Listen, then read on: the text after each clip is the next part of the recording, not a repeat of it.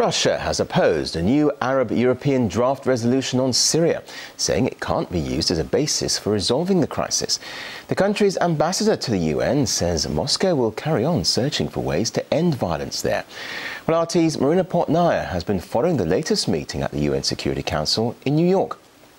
There has been a lot of discussion taking place, primarily because a European Arab draft resolution was circulated to the UN Security Council members, in which it calls for the Syrian President Bashar al-Assad to transfer power to his deputy while a unity government is formed and prepared for new elections. Now, according to reports, this draft text calls for a political transition in Syria. It also says the Security Council could, quote, adopt further measures if Syria does not comply with the terms of the resolution. Now, of course, this is just a draft text that was written up by France and Britain in consultation with Morocco, Germany, Portugal, the United States, and Qatar.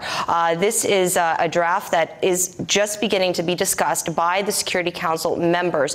We do know that the Russian ambassador to the United Nations, Vitaly Churkin, expressed, according to reports, deep disappointment with the draft, indicating that he does not believe that the international community should impose an outside solution on Syria in terms of the conflict taking place there. And he also rejected the idea of an arms embargo or the use of force being imposed on Syria, because we should keep in mind that if this text includes that the Security Council could adopt further measures if Syria does not comply with what the Security Council wants, we don't know what those further measures could be. You have countries such as Russia, China, India, Brazil that believe that there is a conflict that two sides are involved in Syria, and both of those parties should be addressed. Now, Russia has drafted a resolution on Syria,